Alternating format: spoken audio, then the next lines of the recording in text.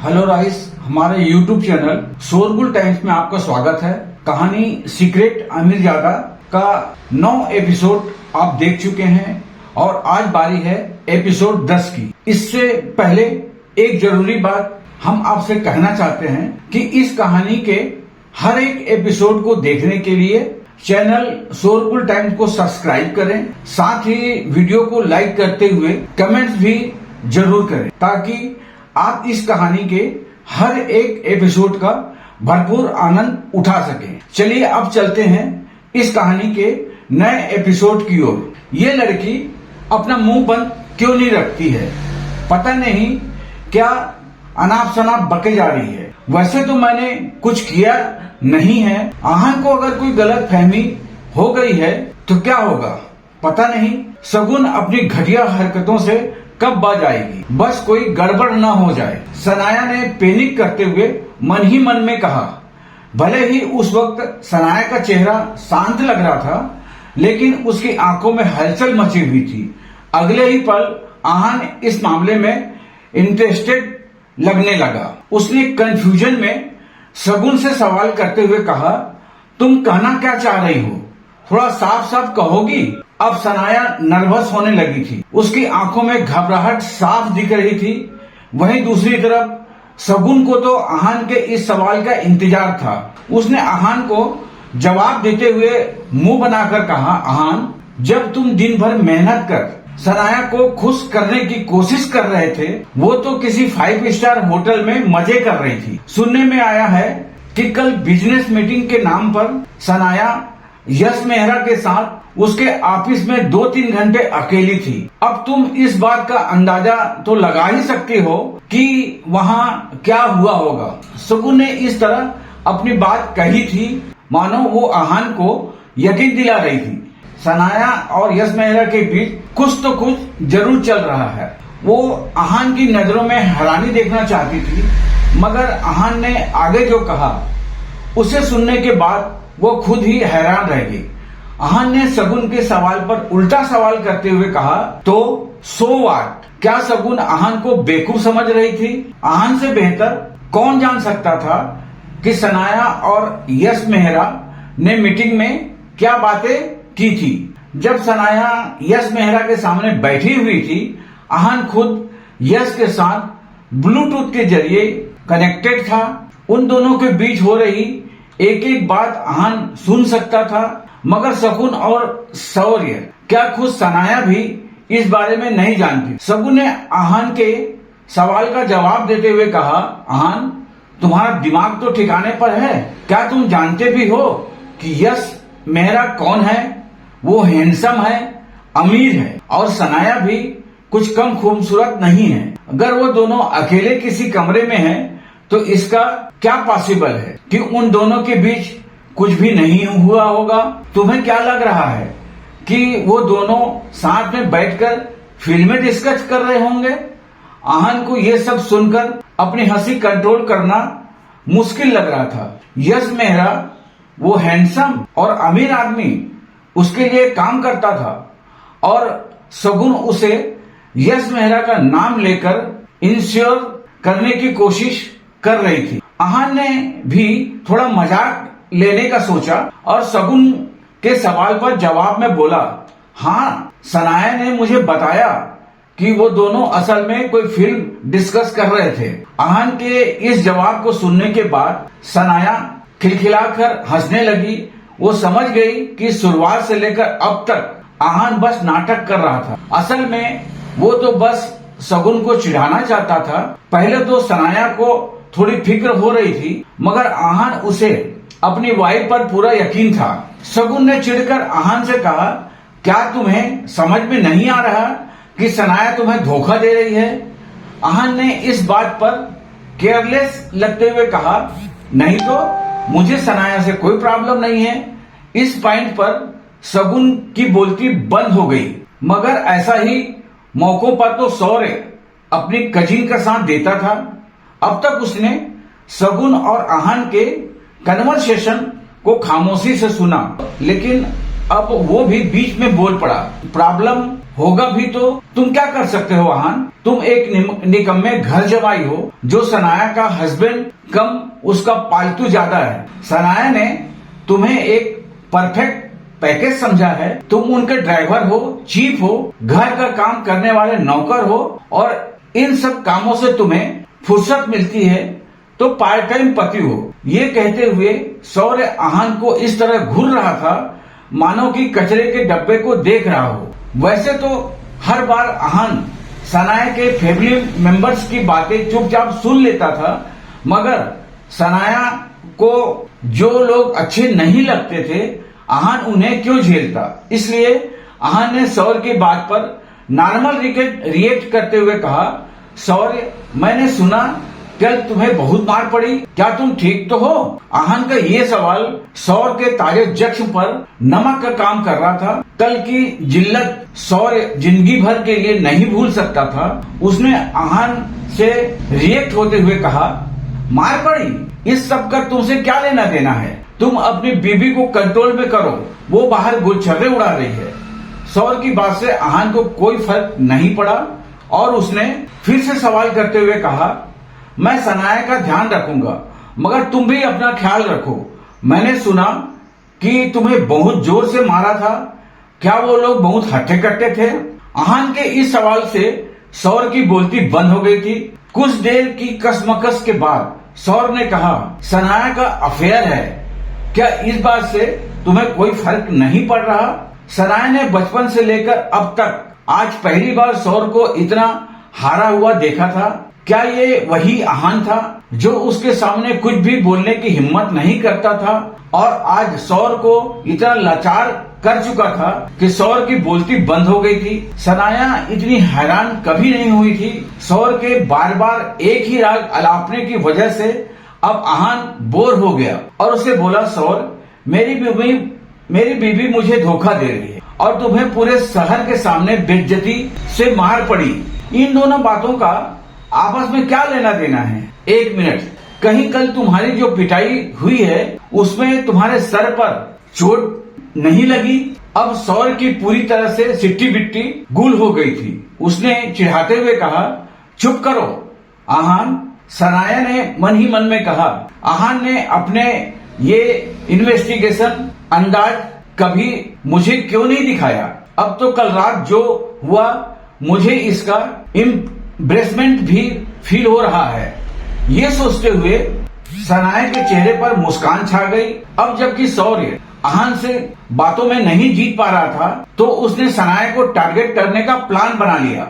Smile कर रही सनाया को देखकर सौर्य ने नफरत भरे अंदाज में कहा, तुम क्यों हंस रही हो? कैरेक्टरलेस होकर भी इसके नखरे तो देखो। हमारे खानदान को शर्म आती है तुम पर सनाया। अब बात बिगड़ने लगी थी। सनाया ने अब तक सब मजाक में लिया था, मगर वो गुस्सा होने लगी। वो कुछ कहने वाली थी कि आहान ने सीरियस अंदाज में कहा, सनाया के बारे में मैं कुछ भी नहीं सुनूंगा। आगे मेरी वाइफ के खिलाफ एक भी शब्द मत निकालना। वैसे तो आहान के इस अंदाज को देखकर सौर्य घबराने लगा था, मगर उसके पापा ने उसे एक बात सिखाई थी कि डर लगे भी तो ये मत दिखाना कि डर रहे हो तुम। और इंस्पायर होकर सौर्य ने आहान से अकड़ में कहा, मैं उसका भाई हूँ, उसे डांट लगाऊं या मार मुझे हक है। तुम होते ही कौन हो? गिल खानदान के किसी से भी उलझने लायक ही नहीं हो तुम। अगले ही पल आहान ने सौर्य के गाल पर एक जोर की थप्पड़ जड़ दी और सौर्य की तरफ देखकर बोला, तुम सही कह रहे हो, मैं तुम्हें छूने भी लायक नहीं हूँ, लेकिन सॉरी, तुम किस लायक हो ये बताना मुझे ज्यादा जरूरी लग रहा था। इस पॉइंट पर न सनाया ने आहान से कुछ कहा और न ही सगुन ने मुंह से कोई आवाज निकाली। उन तीनों ने भी आहान का ये अंदाज पहली बार देखा था। आहान की एक बात साफ थी, कोई उसे कुछ भी कह ले, लेकिन उसकी वाइफ सनाया के अगेंस्ट कुछ कहा तो आहान माफ नहीं करने वाला था। सौर्य को इस थप्पड़ से बहुत ही ह्यूमिलिएट फील हो रहा था। उसने डरते डरते आहान से हमेशा वाली अकड़ से कहा, क्या तुम नहीं जानते कि मैं कौन हूँ? गिल खानदान का वारिस हूँ मैं। अगर दादाजी को पता चला कि तुमने मेरे साथ ऐसा कुछ किया है तो वो तुम्हें माफ नहीं करेंगे। इस पॉइंट पर आहान ने सौर को नीचा दिखाते हुए कहा, क्या तुम सच में इस गलत फहमी में हो कि मैं आनंद गिल से डरता हूँ? आहान के इस सवाल से सौर और शगुन के साथ साथ सनाया भी आहान को अजीब तरह से घूरने लगी। गिल कंस्ट्रक्शन कंपनी के सामने खड़े रहकर ही आहान ऐसा कैसे कर सकता है? क्या वो सच में गिल खानदान की इज्जत नहीं करता था? वहाँ पर गिल खानदान के कई सारे लोग मौजूद थे और अगर कोई आनंद गिल का नाम लेकर बिना किसी रिस्पेक्ट से बात कह रहा था तो उन सब का गुस्सा होना आम बात थी। बेशरम, क्या ये मौत को बुलावा दे रहा है? मुझे तो लगता है इसे और सनाया को हमें खानदान से ही बेदखल कर देना चाहिए। एक एक करके सभी आहान के ऐसे बर्ताव पर रिएक्ट हो रहे थे। उन सभी के लिए आनंद गिल किसी भगवान से कम नहीं थे। वो सब अपने फैमिली हेड के खिलाफ कुछ नहीं सुनने वाले थे। अब तो सनाया भी थोड़ी परेशान हो गई। फिर इम्प्लूसिव में आहान ने कुछ ज्यादा ही नहीं कह दिया। पता नहीं इस सब का क्या अंजाम होगा, सनाया ने मन ही मन में कहा। आहान ने उन सब की तरफ बेफिक्र होकर देखा। वैसे तो ये सब के सब आहान से डर भी रहे थे, लेकिन उसे इतने गुस्से से घूर रहे थे मानो आंखों से ही आहान की जान ले लेंगे। आहान को इन सब से कोई फर्क नहीं पड़ता था। उसकी नजर में ये लोग वो थे जो कमजोरों को परेशान करते थे और पावरफुल लोगों से डरते थे। उन सब लोगों को नजरअंदाज करने के बाद आहान ने बड़ी ही जेंटिल नजरों से अपनी खूबसूरत वाइफ की तरफ देखा और हल्की सी मुस्कान के साथ कहा, सनाया क्या हम वापस चले? सनाया परेशान थी और अब जब उसका प्रोजेक्ट भी उससे छीन लिया गया था तो वो ऑफिस में रहकर अपना मूड खराब नहीं करना चाहती। इसलिए उसने आहान की बात पर हामी भर दी। उन दोनों के जाने के बाद सभी ने परेशान होकर अपने चेहरे पर आया घबराहट भरा पसीना पोंछा और आराम से गासिप करते हुए वहां से चले गए। लेकिन सौर्य अपनी जगह से जरा भी नहीं हिला और अपने आप से ही बोला, ये 2 दिन बाद के बदतर हो रहे हैं और इन सब के पीछे सिर्फ सनाया और उसका निकम्मा हस्बैंड है। आहान, तो मैं तुम्हारी असली जगह दिखाकर रहूंगा। हर थप्पड़ का बदला लूंगा। मैं इन दोनों से और ऐसा बदला लूंगा कि वो दोनों मरने के बाद भी मेरा नाम सुनकर कांपने लगेंगे। इस बारे में सोचते हुए सौर की आंखों में एक अलग सी आग नजर आ रही थी। ये कोई वैसी आग नहीं, बदले की आग थी। सौर्य ने कुछ सोचा और इम्पल्स के साथ चलते हुए ऑफिस के अंदर चला गया। दूसरी तरफ आहान अपनी बाइक चलाते हुए आगे की तरफ देख रहा था। सनाया कब से उससे कुछ कहना चाहती थी मगर वो कुछ कहने के लिए अपने आप को तैयार नहीं कर पा रही थी। कुछ देर की खामोशी के बाद बाइक जाकर सिग्नल पर रुकी। सनाया ने अपना मन पक्का किया और आहान से कहा, आहान। सनाया ने बस उसका नाम लिया था मगर आहान समझ गया कि उसकी बीबी उससे किस बारे में बात करना चाहती। आहान ने अपनी बाइक का रियर व्यू मिरर कुछ इस तरह से एडजस्ट किया कि वो सनाया को और सनाया उसे क्लियरली देख सके। आहान ने मिरर में सनाया को देखा और बोला, सनाया, क्या आपको मुझ पर यकीन है? Do you believe me? यह सवाल सुनकर सनाया को एकदम से याद आ गया कि कुछ दिन पहले इस स्प्रिंग कारपोरेशन की डील के वक्त आहान ने उससे यही सवाल किया था। सनाया इस सवाल के पीछे की वजह तो नहीं समझ पाई मगर उसने बहुत ही ईमानदारी के साथ आहान की आंखों में देखा और बोली, हाँ है। ये सुनते ही आहान के चेहरे पर एक प्यारी सी स्माइल आ गई जिसे देखकर सनाया भी मुस्कुराने लगी। आहान ने सनाया की आंखों में झांकते हुए कहा, तो फिर मैं तुमसे वादा करता हूं तुम्हारे दादाजी खुद तुम्हें स्प्रिंग कारपोरेशन वाला प्रोजेक्ट वापस करेंगे, प्रॉमिस। ये सुनकर सनाया सरप्राइज थी। ऐसा होना नेक्स्ट टू इम्पॉसिबल बात थी। आनंद गिल हमेशा अपने डिसीजन सोच समझकर लेते थे और उन डिसीजन को बदलना उन्हें कमजोरी का निशान लगता था। सनाया अपने दादाजी को बहुत अच्छी तरह से जानती थी, इसलिए आहान का ये वादा उसे थोड़ा अजीब लग रहा था, मगर फिर भी एक बार फिर से सनाया आहान पर यकीन करना चाहती थी। सिग्नल के ग्रीन होते ही आहान ने फिर से बाइक शुरू कर दी और दोनों अपने घर की तरफ निकल गए। दूसरी तरफ किसी बड़े से बार में सौर्य ने बार के किसी प्राइवेट रूम के दरवाजे पर नॉक किया। अंदर से दरवाजा खोलकर कुछ लोगों ने उसे देखा और बोले, गिल साहब आप आज कैसे आना हुआ? सौर ने बहुत ही नरमी से पेश आते हुए कहा, मुझे विक्की भाई से कुछ काम है, नया मिशन है, समझ लो। ये सुनते ही उन लोगों ने सौर को अंदर आने को कहा।